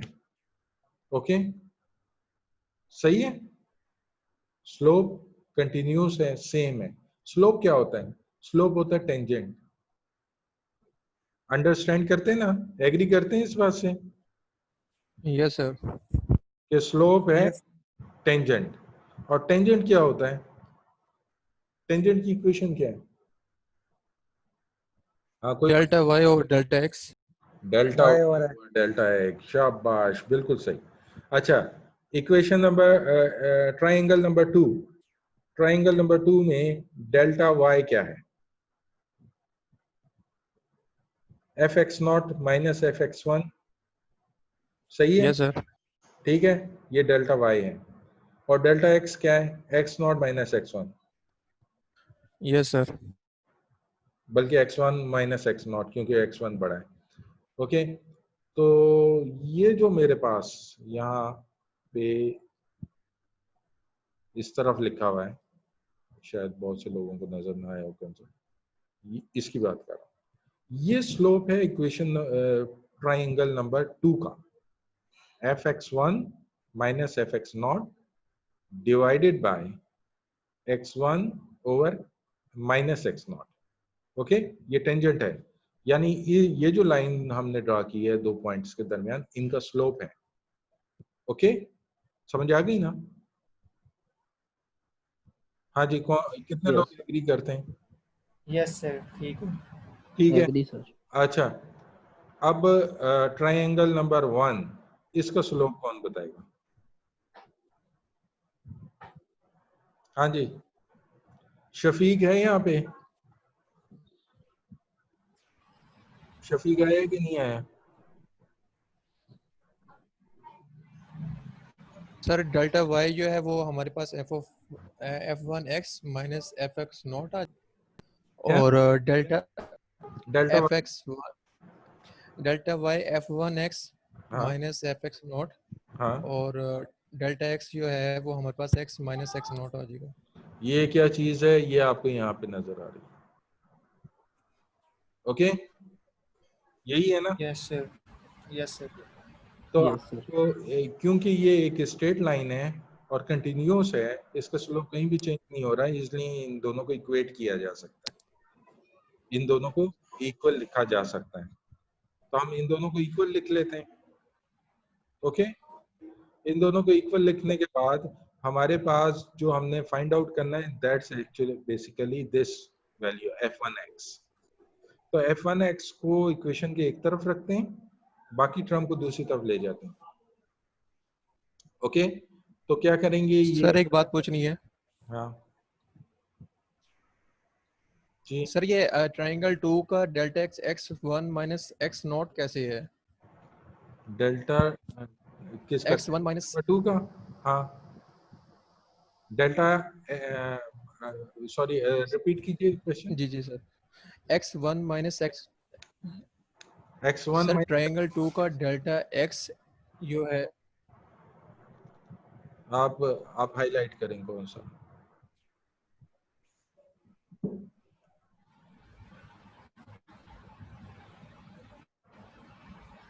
जी, सर डेल्टा एक्स की पूछ रहा हूँ मैं कि x minus x one minus x not लिखा हुआ है, वो x one minus x not की जगह एक्स वन माइनस एक्स नहीं आएगा? ट्राइंगल बताएं, कौन से ट्राइंगल? Sir triangle 2। ट्राइंगल 2 में देखें, सर ये बेसिकली ट्रायंगल 2 के ट्राइंगल 2 उसको रेड जो कलर की 2 का x इतना ये वो है। बेस ये है ट्राइंगल 2 का, ठीक है? यस सर, यस तो x1 माइनस एक्स नॉट बताएगा ना डेल्टा x, ठीक ठीक समझ आ गई सर। ये होगा डेल्टा x। ओके, समझ आ गई? यस यस सर समझ आ गई। अच्छा, यहाँ पे इसको मल्टीप्लिकेशन में ले जाएंगे और f1 x हमने फाइंड आउट करना है, तो इस तरफ इसको प्लस में ले जाएंगे। ओके, दैट्स ये इक्वेशन हमारे पास जो है, ये लीनियर इंटरपोलेशन की इक्वेशन है, लीनियर इंटरपोलेशन की इक्वेशन, जिसमें ये जो ये वाला टर्म है, ये सारा टर्म, ये स्लोप है। स्लोप है किसका? इस लाइन का। ये अभी हमने फाइंड आउट किया कि ये स्लोप है, और ये लीनियर इंटरपोलेशन फार्मूला है। ये डेजिग्नेट करता है फर्स्ट ऑर्डर इंटरपोलेशन पॉलिनोमियल को, यानी फर्स्ट ऑर्डर का मतलब है सिर्फ उसका जो है x का वैल्यू 1 है, x 1 है, y is equal to mx plus c है। ओके, फर्स्ट ऑर्डर का मतलब है x की ऊपर कोई पावर नहीं है, x की पावर 1। हाँ जी, ये क्लियर है? यस क्लियर है? Yes sir. अच्छा, ये डिवाइड डिफरेंस मेथड है जिसकी तरफ हम जा रहे हैं, अभी तक हम वहां पहुंचे नहीं हैं। अच्छा, जिसको समझ नहीं आता वो फिर जो है ना उसी टाइम मुझसे क्वेश्चन कर लें, रेज कर लें, ताकि नेक्स्ट स्लाइड के ऊपर ये ना।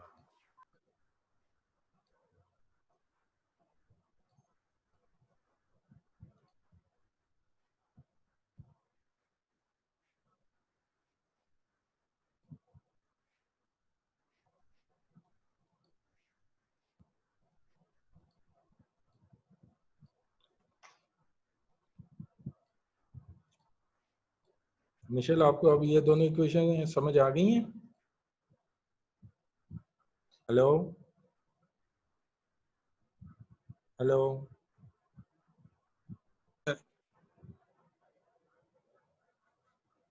अच्छा जी, नेक्स्ट इक्वेशन, नेक्स्ट स्लाइड देखते हैं।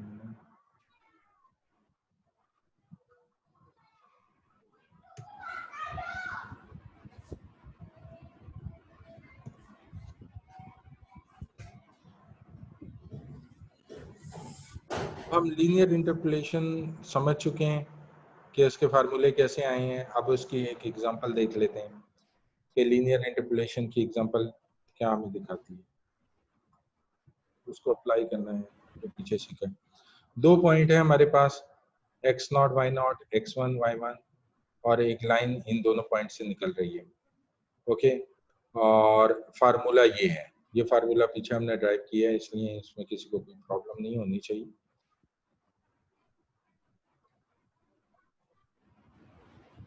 Okay, so f of x is equal to log x, ये नेचुरल लॉग होता है एक, ये दूसरा लॉग बेस ही होता है। तो ln x, इसमें x नॉट जब हम पुट करते हैं 1, तो x1 की दो हमने पॉइंट लिए हैं, एक 1 पे पॉइंट लिए और एक 6 पे पॉइंट लिए। ओके, 1 और 6 के ऊपर पॉइंट लेके हमने वैल्यूज निकालनी है।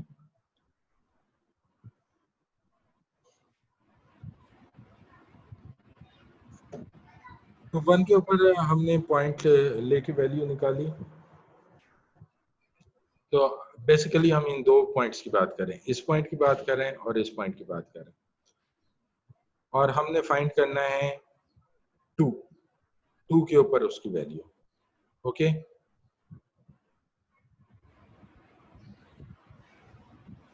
अच्छा, इसने दो केसेस लिए हैं, सॉरी, इसने 2 केसेस लिए हैं। इसने पहला एक केस ये लिया है कि इसने 1 पे वैल्यू ली है और 6 पे वैल्यू ली है और इसको लीनियरली इंटरपोलेट किया है, और यहाँ पे उसने वैल्यू निकालनी है 2 के ऊपर। अब यहाँ 2 के ऊपर वो वैल्यू निकालता है एस्टिमेट लीनियर इंटरपोलेशन के साथ, और असल कर्व इसका ये है। ओके, ट्रू वैल्यू आपको यहाँ जो ब्लैक पॉइंट है उस पर ट्रू वैल्यू लिखी नजर आ रही है। ln2 की वैल्यू 0.69 है, लेकिन जब ये लीनियर इंटरपोलेशन, ये फार्मूला जो येलो में हाईलाइट हुआ है, इसको यूज करते हुए निकालता है, तो f1 at 2 जो वैल्यू निकलती है 0.3583519 निकलती है, जो कि सिग्निफिकेंटली डिफर करती है 0.6931 से। ओके, ट्रू वैल्यू जो हमारे पास है वो ये है। ओके, और जो हमने निकाली वैल्यू वो ये है। तो दोनों वैल्यू में खासा फर्क आपको नजर आ रहा है, लेकिन अब हम क्या करते हैं, हम इंटरवल को थोड़ा सा क्लोज करते हैं। एक वैल्यू हमारे पास x1 1 है और दूसरी हमारे पास 4 है। अब एक पॉइंट हमारे पास वो ही है x1 है और दूसरा पॉइंट हमारे पास ये 4 है, और इस पे फिर हम वैल्यू निकालते हैं 2 के ऊपर। तो 2 के ऊपर ये लीनियरली इसको मिला के जब हम वैल्यू निकालते हैं तो इसकी वैल्यू आती है 0.46, जो कि 0.69 होनी चाहिए थी, रियल वैल्यू वो है, लेकिन जो हम इन लीनियर इंटरपोलेशन से वैल्यू निकाल रहे हैं 0.46 निकाल रहे हैं, जिस वजह से इसमें एरर मौजूद है। तो कंक्लूजन ये है, the closer the interval the better the interpolation result. जैसे जैसे आप इंटरवल को नजदीक लाते जाएंगे, आपके जो रिजल्ट हैं वो इम्प्रूव होता चला जाएगा। ओके, सर हाँ, रिपीट कर दें, समझ नहीं आ रही। समझ नहीं आई क्या चीज समझ नहीं आई इसमें? सर जी, ये स्टार्टिंग से f of x equal to natural x, तो ये x नॉट 1 और x नॉट 6, सर ये कहाँ से है, ये समझ नहीं आई। ये देखें 2 पॉइंट है ना, शुरू में क्या लिखा है यहाँ पे? शुरू में लिखा है, एक मिनट, शुरू में नॉट लिखा 1 नॉट, these are 2 points. है 2 पॉइंट, ठीक है, ये 2 पॉइंट, यहाँ ये 2 जी पॉइंट, सर। ठीक है। अब यहाँ Yes. 2 पॉइंट्स पे x1 1 है। अब आपके पास ये ln x है, आप यहाँ इसमें 1 पुट करें ln के ऊपर। ओके, इस इक्वेशन में ln के साथ 1 पुट करें, आपको कोई y की वैल्यू मिलेगी ना, Yes, sir. वो 0 आएगी। ln 1 0 होता है। Okay, Okay, sir. हाँ, तो आपका असल पॉइंट ये आ गया। ओके, ठीक। फिर आपने इसमें 6 वैल्यू पुट करनी है, तो ये जो ln का कर्व चलता है उसी के ऊपर वैल्यू आएगी। तो ln जब आप 6 पुट करेंगे तो यहाँ ये 5 के ऊपर ये 6, इसमें x 6 है और y के ऊपर ये 1 पॉइंट समथिंग वैल्यू होगी। ओके, तो आपने पुट किया। अब आपके पास ट्राइंगल क्या बनती है? ट्राइंगल बनती है ये। ओके, अब इस ट्राइंगल का स्लोप क्या है? Delta y divided by delta x। Okay, ये हमारे पास स्लोप है, इनटू जो हमारे पास x माइनस एक्स नॉट है। x माइनस एक्स नॉट क्या है? x क्या है हमारे पास? 2 है, जिसमें हम मालूम करना चाह रहे हैं ये दूसरी ट्राइंगल हमारी ये है। ओके, तो इसमें हमारे पास ये x minus x not basically ये चीज है।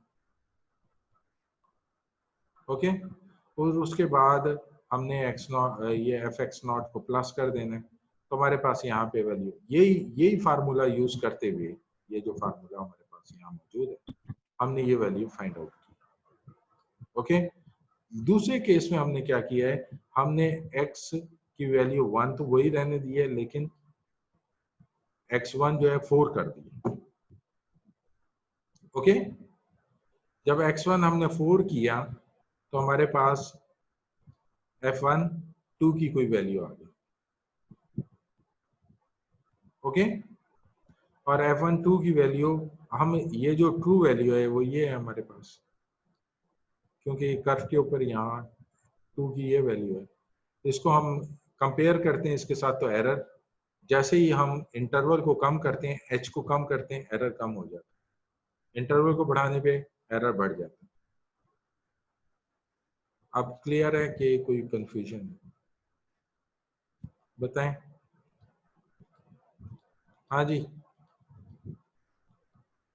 क्या हुआ, सारे गायब हो गए? कोई है नहीं? सुन रहे हैं सर। क्लियर? मेरा ख्याल है साथ साथ नाश्ता चल रहा है लोगों का, है? ज्यादा ध्यान नाश्ते यस पे सर।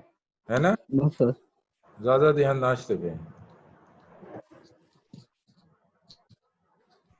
तो मेरे लिए क्वेश्चन है sir. No sir, fully concentrated. हाँ जी, क्या क्वेश्चन है? सर ये अभी हमने पीछे पढ़ा है, इससे पिछली स्लाइड में कि जो है ना, हमें सारे फंक्शन देखना होता है कि फंक्शन कौन सा है, कि वो क्वाड्रेटिक है या जो भी नहीं, अभी है। हम फंक्शन नहीं देख तो रहे, अभी हम हर फंक्शन के लिए अलग टाइप की इंटरपोलेशन होगी इस तरह। बिल्कुल अलग होगी। अभी हम बेसिक से चल रहे हैं, जो कन्वेंशनल प्रैक्टिस है जो लोग करते हैं, और आपको ये समझाने की कोशिश कर रहे हैं कि वो प्रैक्टिस नहीं करनी, उसमें एरर आता है। ठीक है, हाँ जी, ठीक है सर, ठीक है सर। सर इस तरह तो फंक्शन कोई भी हो, स्टेप साइज कम कर दें तो वैल्यू एक्यूरेट निकल ही आएगी। हाँ, तो आप हर जगह स्टेप साइज कम नहीं कर सकते। फर्ज करें आपके पास मेट्रोलॉजिकल डेटा, ठीक है, मेट्रोलॉजिकल डेटा है टेम्परेचर का। ओके, आपके पास एक वैल्यू है किसी इलाके की जनवरी की, ओके, और दूसरी वैल्यू आपके पास है जी दिसंबर सर। की। ओके, आप जुलाई का टेम्परेचर ठीक है सर। जुलाई का टेम्परेचर निकालते हैं, क्या होगा? लीनियर इंटरपोलेशन लगाते हो। आप कहेंगे जुलाई में तो बड़ी सर्दी होती है, यही होगा ना? नहीं, सर। आप तो यही कहेंगे कि जो जनवरी का आपने एक रीडिंग ली है, एक दिसंबर की रीडिंग है आपके पास। अब यहाँ इंटरपोलेशन आपने लगा दी, दरमियान में जुलाई का महीना है, आप उसकी वैल्यू निकाल लें, तो आप कहते हैं जुलाई में तो 12-13 डिग्री होता है, हैं? फिर नहीं सर, ठीक सर, समझ गया सर। फिर तो ये सर फंक्शन का गिवन होना जरूरी है इंटरपोलेशन के लिए। होना जरूरी है, बिल्कुल ठीक है। और यही फंक्शन हमने निकालना सीखना है कि इसको कैसे निकालना है। ओके, अच्छा, अब आता है एक और टेबल, ये लीनियर इंटरपोलेशन का tan वैल्यू के साथ, टेंजेंट की वैल्यू x है। ओके, फ्यू वैल्यूज दी हुई हैं, 1 के ऊपर आप 10 में पुट करेंगे ये वैल्यू आ गई, 1.1 में पुट करेंगे ये आ गई 1.2, 1.3। वो कहता है 1.15 की वैल्यू निकाल दो। 1.15 तकरीबन कहीं इन दोनों के दरमियान होगा, 1.1 और 1.2 के दरमियान। फार्मूला क्या है? फार्मूला ये येलो में लिखा है, जो आप लोगों को पीछे समझ आ गया होगा, वही फार्मूला यहाँ पे हमने लिख दिया। ओके, नेक्स्ट हम चलते हैं। x नॉट हमारे पास 1.1 है, x1 हमारे पास 1.2 है, x हमारे पास क्या होगा? x क्या है जी? कोई बताएगा मुझे x क्या है इसके अंदर? देखते हैं आपको 1.15 सर, हैं। 1.15 होगा सर। शाबाश, बिल्कुल सही है। x जो है 1.15 है, x नॉट हमारे पास 1.1 है, x1 हमारे पास 1.2 होगा, क्योंकि हमने इन दो के दरमियान प्ले करना है। ओके, ये हमारा x नॉट बन जाएगा इस वक्त, x1 हमारा x नॉट नहीं है, ये हमारा x1 बन जाएगा और ये हमारा x बन जाएगा। ओके, फार्मूला यही है। यहाँ fx1 जो है बेसिकली ये वैल्यू है, fx नॉट हमारे पास ये वैल्यू है। ओके, x1 मैंने आपको लिख दिया है, x नॉट हमारे पास ये वैल्यू है और x हमारे पास वो वैल्यू है।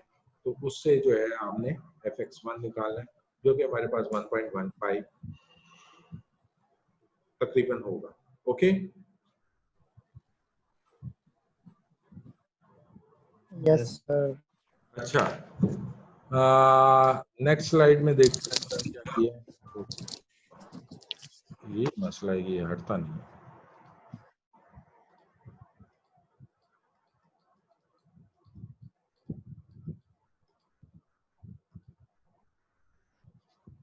ओके,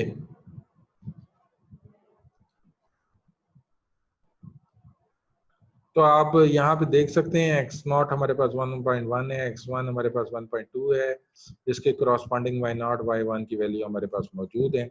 उसको उसी इक्वेशन के अंदर पुट करके tan 1.15 निकाला है, 2.26 है, ट्रू वैल्यू जो है वो 2.23 है, लेकिन यहाँ 2.26 आई है।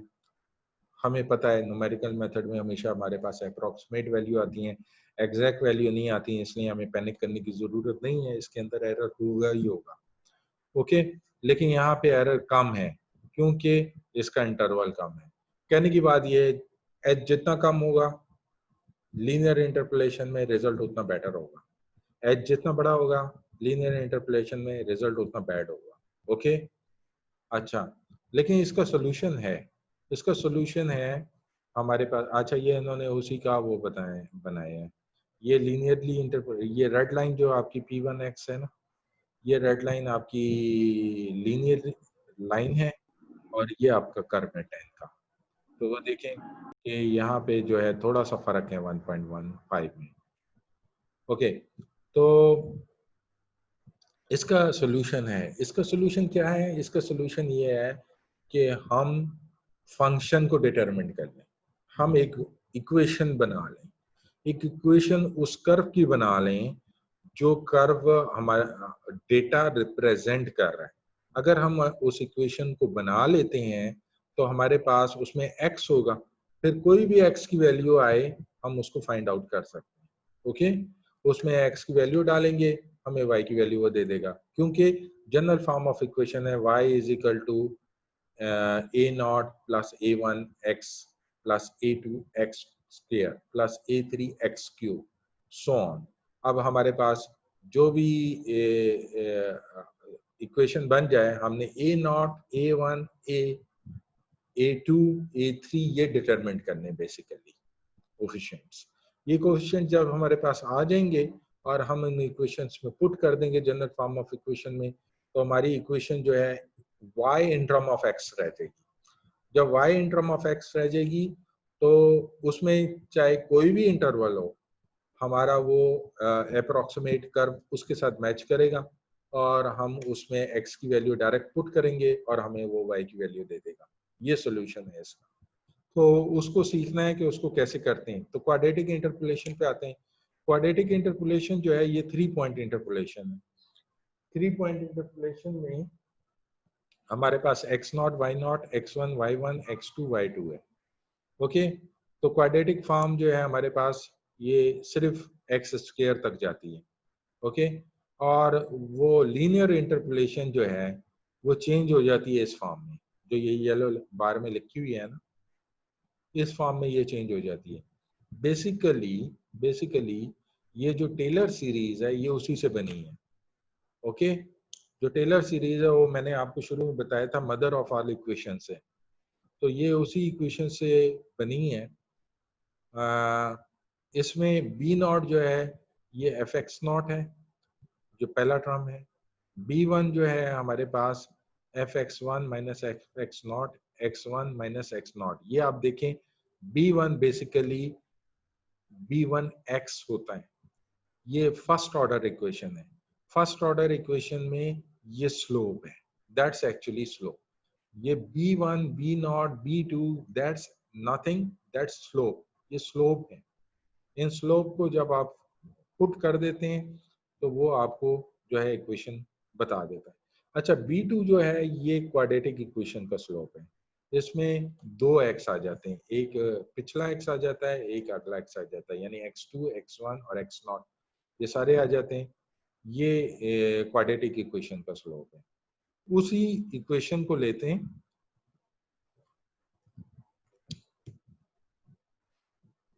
जो हमने पीछे पढ़ी थी, fx is equal to ln x। इसमें डेटा पॉइंट x0 1 fx0 0। ये जो वैल्यू आपको यहाँ नजर आ रही हैं fx0 fx1 fx2 ये कहाँ से कैलकुलेट हुई? यहाँ हमारे पास इक्वेशन है ln x, इसमें x की वैल्यू पुट की और उसके रिजल्ट्स को यहाँ लिखा गया। ओके, तो ये डेटा है। आपके पास x और y की वैल्यू है, x और y की वैल्यू है। टाइम और क्रॉप यील्ड की, टाइम और क्रॉप यील्ड की वैल्यू हो सकती है। आपके पास टाइम और टेम्परेचर की वैल्यू हो सकती है, टाइम और रेनफॉल की वैल्यू हो सकती है। ठीक है, दो चीजों की रिलेशनशिप भी हो सकती है। ओके, आप फर्टिलाइजर अमाउंट और क्रॉप यील्ड, कम फर्टिलाइजर कितनी क्रॉप यील्ड, सेकंड फर्टिलाइजर कितनी क्रॉप यील्ड, तो दो चीजों की रिलेशनशिप भी हो सकती है, टाइम रिलेशनशिप भी हो सकती है, कुछ भी हो सकता है। तो एक्स पे आमतौर पे टाइम होता है, जो टाइम ग्राफ होता है ना, जैसे हाइड्रोग्राफ वगैरह आप लेते हैं तो एक्स के ऊपर आप टाइम ले लेते हैं। तो मोस्ट ऑफ द केसेस जैसे वेलोसिटी है, इसमें most of the cases v is equal to S T, distance और टाइम के दरमियान। ओके, ds ओवर dt, हाँ v is equal to s is equal to vt, v is equal to ds over dt, time और distance के दरमियान में graph है। तो बेसिकली यही वो टाइम एक्स एक्सेस पे होता है। तो कहने की बात ये है कि आपके पास दो कॉलम होंगे डेटा के, एक एक्स पे होगा एक वाई पे होगा, उससे रिलेशनशिप बनानी। तो वही चीज फॉलो हो रही है यहाँ पे। हमारे पास वैसे फर्दर इक्वेशन अभी मौजूद है, लेकिन अक्सर केसेस में इक्वेशन अननोन होती है तो उसको बनाना होता है। यहाँ x0 1 है, x1 4 है, x2 6 है, तो हमारे पास y की ये वैल्यू है। अब देखें b0 x0 के एंगेज जो है fx0 है, ये b0 है बेसिकली। ठीक है, कहाँ से हमें पता चल रहा है? हमें यहाँ से पता चल रहा है। ओके, तो fx0 0 है तो इसका मतलब b0 0 है, तो b0 0 आ गया। अच्छा, b1 हम कैसे फाइंड आउट करेंगे? fx1 ये रहा हमारे पास, ठीक है, minus fx0 divided by x1 minus x0, ये इक्वेशन हमारे पास मौजूद है।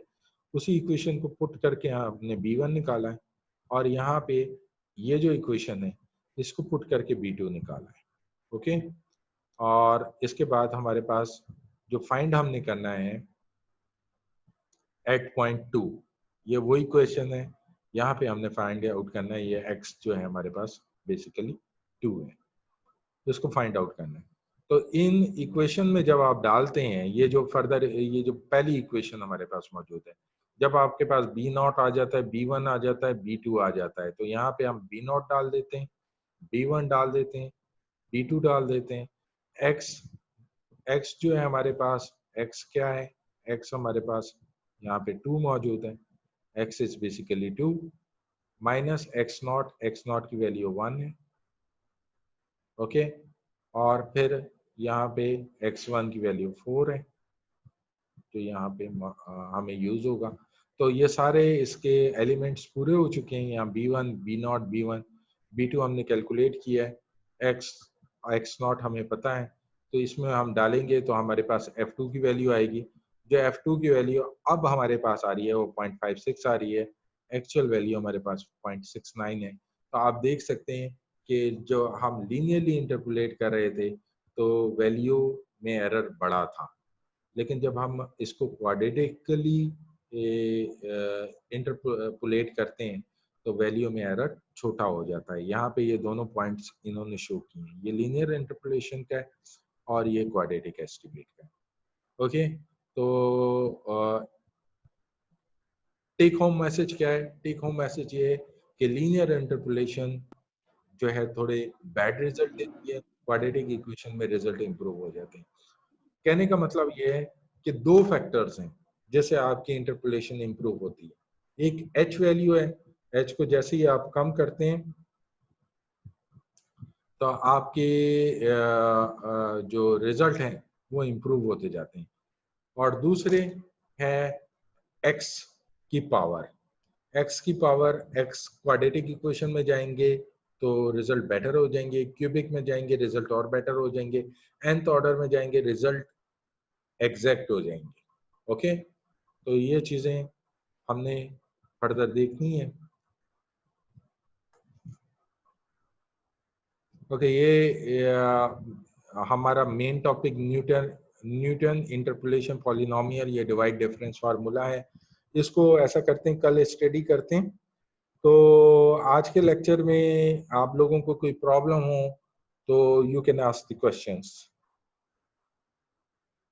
The forum is now open for questions. हाँ जी, स्पीक आउट। मेरा ख्याल है सारे ऑनलाइन हो गए जो है ना, अपने काम पे निकल गए हैं। No, sir, online. Sir, online. We will read this lecture. Sir ये क्वाड्रेटिक वाला समझ नहीं आया। क्वाड्रेटिक वाला समझ नहीं आया। लीनियर जी सर। है जी सर। लीनियर वाला समझ आए? सर थोड़ा थोड़ा समझ आया सर, रीड आउट करेंगे तो इंशाल्लाह आ जाएगा।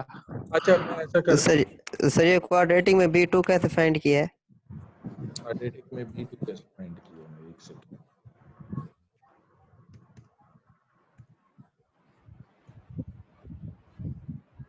हाँ जी, क्वाड्रेटिक में B2 हमने इस इक्वेशन से फाइंड आउट किया है। ये B2 की इक्वेशन हमारे पास यहाँ मौजूद है। तो ये इक्वेशन है B2 की, ठीक है। हमारे पास fx2 किधर है? fx2 ये रहा। fx1 किधर है? fx1 ये है। fx1, fx0 किधर है? वो ये है। ये तीनों, ये fx हमारे पास आ गए। x2 क्या है? x2 हमारे पास यहाँ मौजूद है। x1 क्या है? x1 हमारे पास यहाँ मौजूद है और x0 हमारे पास यहाँ पे मौजूद है। ओके, इससे हमने B2 फाइंड आउट करना है। तो इस इक्वेशन में आप पुट करेंगे तो आपके पास B2 आ जाएगा। Once you have B0, B1, B2, तो आपने B1 यहाँ पे पुट करना है। ओके, B0 सॉरी, B1 यहाँ पे पुट करना है और B2 आपने यहाँ पे पुट करना है। ये तीनों और उसके बाद हमें और क्या चाहिए? x0 चाहिए। तो x0 हमारे पास यहाँ मौजूद है और x1 चाहिए। x1 हमारे पास यहाँ पे मौजूद है। तो इस इक्वेशन के अंदर जब हम पुट करेंगे, x की वैल्यू क्या है? x की वैल्यू हमारे पास बेसिकली यहाँ पे 2 है, क्योंकि हमने 2 पे मालूम करना है। तो 2 है, इसको पुट करेंगे तो fx2 हमारे पास फाइंड आउट हो जाएगा, जो कि वैल्यू है 2 है। 2 के ऊपर क्या वैल्यू है वो आ जाएगी। ओके, हाँ, आपको क्लियर हुआ कि B2 कैसे फाइंड आउट किया? बताइए। अच्छा, मैं ऐसा करता हूँ, इसकी ये जो रिकॉर्डिंग वीडियो है इसको मैं जो है आपको ईमेल कर दूंगा, क्योंकि ये खासी हैवी होगी, ईमेल में तो नहीं जा सकेगी। तो इसको वन ड्राइव पे डाल के आपको लिंक भेज दूंगा। आप लोगों ने इस वीडियो को देखना है और जो भी क्वेश्चन है नेक्स्ट लेक्चर में क्वेश्चन तैयार करने हैं और फिर मुझसे पूछना है। You got my point? Okay sir. Okay sir जी। ठीक है, चलें। For sir it's this point is sir बहुत बहुत शुक्रिया। see you tomorrow। अच्छा, tomorrow आपने इसी टाइम पे 9:30 के नजदीक आ जाना। इंशाल्लाह सर। तो हम कोशिश करेंगे पूरा कर लें। और हमने इस वीक में एक और ऐसा लेक्चर लेंगे, यानी 2 लेक्चर। ओके सर जी, आज भी आपने काफी पढ़ा दिया। पढ़ना तो है, पढ़े बगैर काम किधर चलता है। थ्योरी पढ़ाऊंगा सर, आपने तो पूरा पढ़ा दिया है इंटरपोलेशन। ठीक है, चलें, सी यू टुमारो। अल्लाह हाफिज। ओके, अल्लाह सर अल्लाह हाफिज। अल्लाह हाफिज सर। अल्लाह अल्लाह हाफिज। अल्लाह हाफिज। अल्लाह हाफिज सर। अल्लाह हाफिज।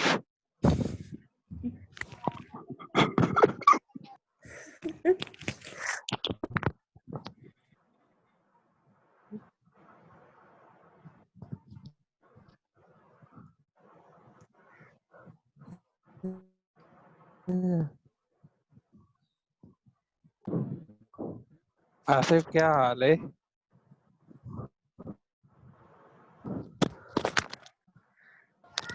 जाओ सर, तू बड़े क्वेश्चन कर रहा था। ओह यार